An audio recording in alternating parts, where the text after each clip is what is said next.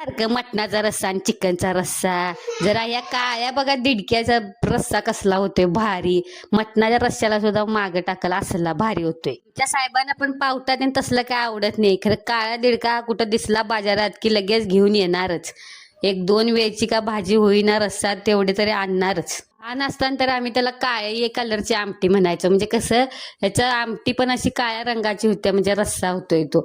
तर ते वाटायचं पण चव एवढी भारी लागते का नाही खरंच. किती खावं असं होते बघा. त्या ठिकाणी याला काहीतरी वेगळं वेगळं शब्द आहे. इथं आमच्या साईडला तर त्याला दिडगा असंच म्हणतात बाबा. मग तुमच्याकडे काय शब्द आहे त्याला काय माहित नाही या शेंगाला खरं.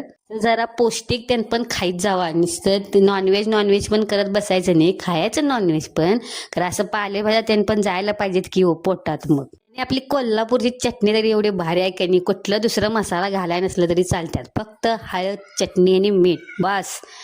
चांगला आपला रस्सा तयार होतोयच. बघा कशी मस्त तर्री आल्यावरती. चला पटकन या बघू खायला.